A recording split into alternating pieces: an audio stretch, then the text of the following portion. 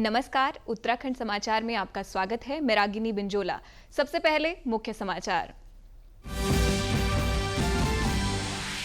फिर सुचारू हुई केदारनाथ यात्रा। देर रात बारिश के चलते गौरीकुंड और सोनप्रयाग के बीच मलबा आने से बाधित हुआ था मार्ग।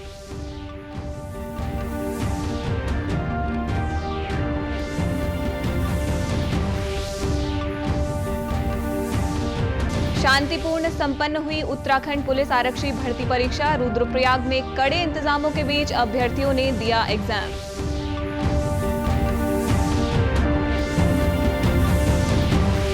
और मसूरी में पर्यटकों के लिए रजिस्ट्रेशन अनिवार्य। व्यापारियों और सैलानियों में भ्रम की स्थिति। प्री रजिस्ट्रेशन के विरोध की दी चेतावनी।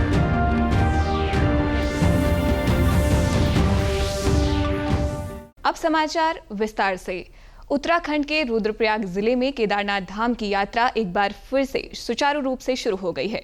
गौरीकुंड और सोनप्रयाग के बीच देर रात हुई बारिश के कारण मलबा और पत्थर मार्ग पर आ गए थे, जिससे कुछ समय के लिए आवागमन प्रभावित रहा। हालांकि संबंधित कार्यदायी संस्था द्वारा त्वरित कार्रवाई करते हुए मलबा हटा दिया गया है। वहीं सुरक्षा बलों की मदद से श्रद्धालुओं को क्षतिग्रस्त मार्ग पार कराया जा रहा है।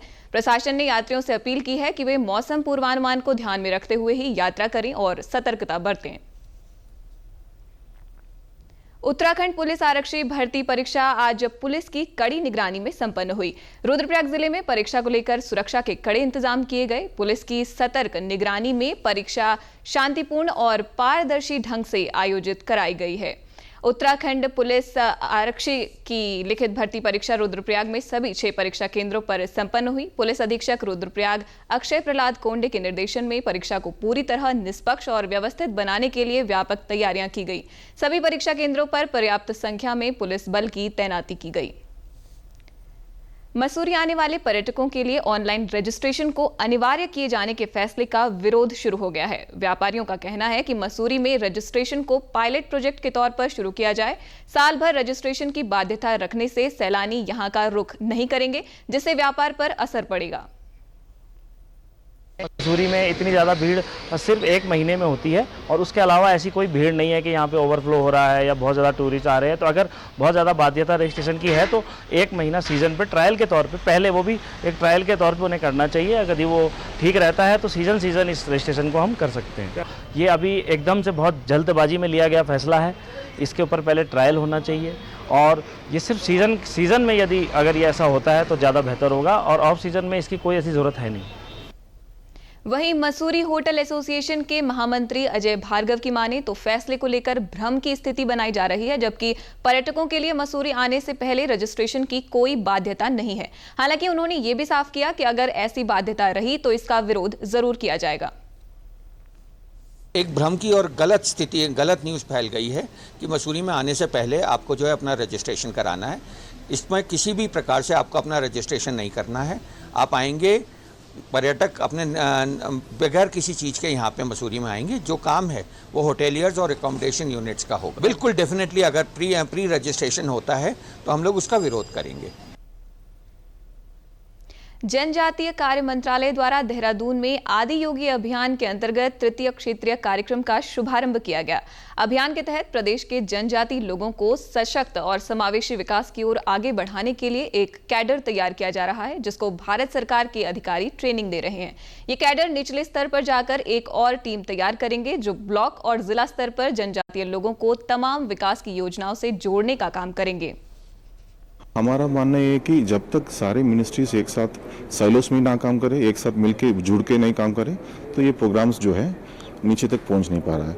तो हम लोग एक चेन ऑफ चेंज मेकर्स का प्रोड्यूस करने का सोच रहे हैं हर लेवल पे, स्टेट लेवल पे, डिस्ट्रिक्ट लेवल पे और ब्लॉक लेवल पे, ताकि ये जो आदि कर्मयोगी बनेंगे कि नीचे जाकर के विलेज लेवल पे जो और आदि सहयोगी, माने आदि सहयोगी मतलब है कि जो टीचर्स होंगे, वहाँ के पंचायत के मेंबर्स होंगे, जो भी है, तो सारे लोग को इकट्ठा करके ये चेंज लीडर्स बनेंगे, जो एक दूसरे से बात करेंगे, इनफॉर्मल नेटवर्क क्रिएट करेंगे, ताकि आगे जाकर के 30 साल तक या 40 साल तक भी कितना भी कोई भी ट्राइबल अफेयर्स का स्कीम्स होंगे इम्प्लीमेंटेशन में, वो एक दूसरे से कनेक्ट करके कन्वर्जेंस मोड पे अच्छा से काम कर सके।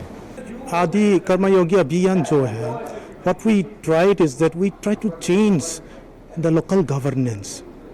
by creating around 20 lakh game changers.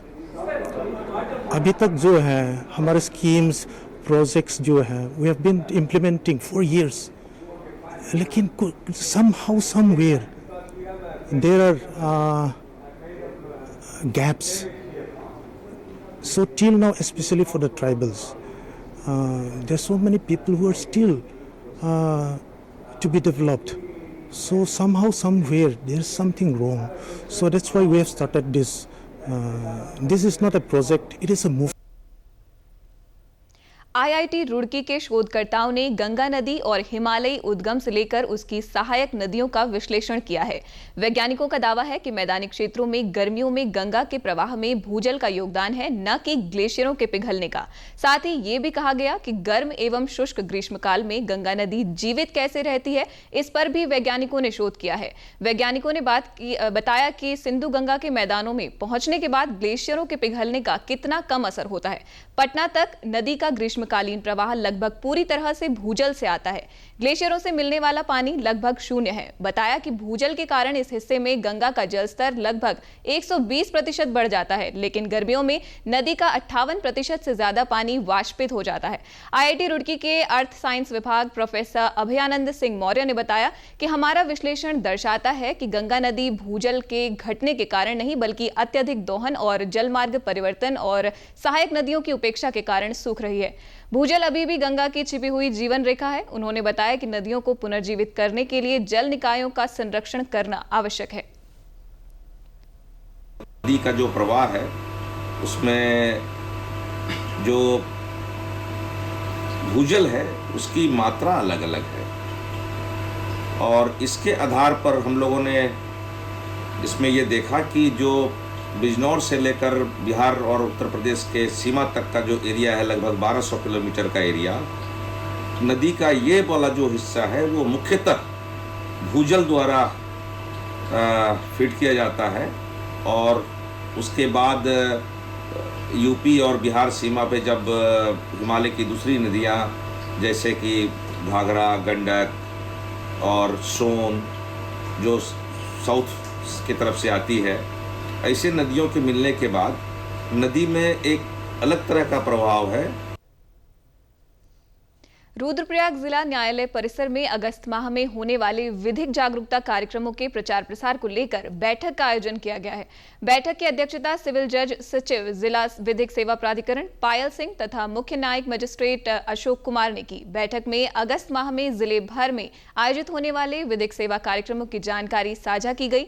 सचिव विधिक सेवा प्राधिकरण पायल सिंह ने बताया कि अगस्त माह के दौरान विशेष रूप से वरिष्ठ नागरिकों के हित में कार्यक्रम आयोजित किए जाएंगे, जिनमें उनके कानूनी अधिकारों, भरण पोषण, चिकित्सा सुविधा और अन्य सरकारी कल्याणकारी योजनाओं की जानकारी दी जाएगी। वरिष्ठ नागरिकों यानी बुजुर्गों के लिए नालसा स्कीम 2016 को लागू कराए जाने से संबंधित कई योजनाएं हैं, जिसके तहत उपेक्षित एवं निराश्रित वरिष्ठ नागरिकों को त्वरित एवं प्रभावी विधिक सहायता दिलाई जाने के लिए अवेयरनेस कैंप्स का आयोजन भी किया जाना है। मुख्यतः 21 अगस्त को वर्ल्ड सिटीजन डे के रूप में मनाए जाने पर मेडिकल कैंप्स का भी आयोजन किया जाएगा। इसी क्रम में 21 अगस्त को विश्व वरिष्ठ नागरिक दिवस के अवसर पर विशेष कानूनी जागरूकता एवं स्वास्थ्य शिविर का आयोजन किया जाएगा और जनपद के वृद्धाश्रमों का भ्रमण भी किया जाएगा। इसके अतिरिक्त साइबर अपराध, सोशल मीडिया से जुड़ी धोखाधड़ी, नशे की लत और इसके दुष्परिणामों के प्रति लोगों को जागरूक करने के लिए भी विभिन्न जागरूकता कार्यक्रम आयोजित किए जाएंगे। इसके साथ ही हमें दीजिए इजाजत। फिर मुलाकात होगी शाम 5 बजे के बुलेटिन में। नमस्कार।